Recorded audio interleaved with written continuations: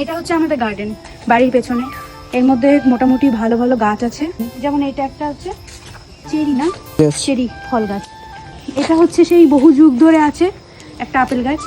কি আপেল, দেশি আপেল নাম বিদেশি জানি না। ওটা বড় হয়ে গেছে ওই আপেলটা। এই গাছটা আপেল গাছ, কিন্তু অনেকটা বড় হয়ে গেছে, কিন্তু আপেল জানি না এদেশে হবে কি না আদৌ। এখানে আছে গোল্ডেন কি যেন, দারচিনি। এক পাগল, এটা হচ্ছে তোর কি ফুল গাছ। মানে আমি হচ্ছে গাছ গাছ খুব ভালোবাসি, তো রোজ কোথাও গেলে আগে জগিং করতে যেতাম যখন, আশেপাশে কোনো গাছ দেখলে আমি আর বান্ধবী মিলে টুক করে নিয়ে চলে আসতাম।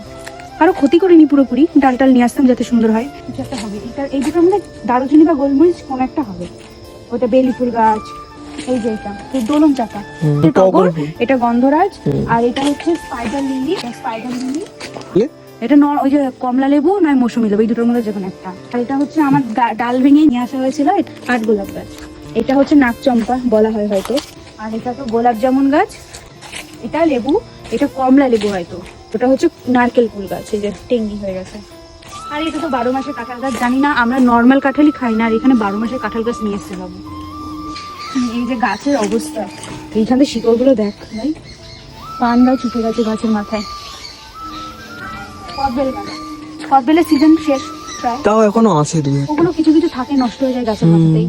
এটা তেজপাতা গাছ, এটা হচ্ছে আমি ক্যামেরা দেখে ওই দিক দিয়ে যাচ্ছি।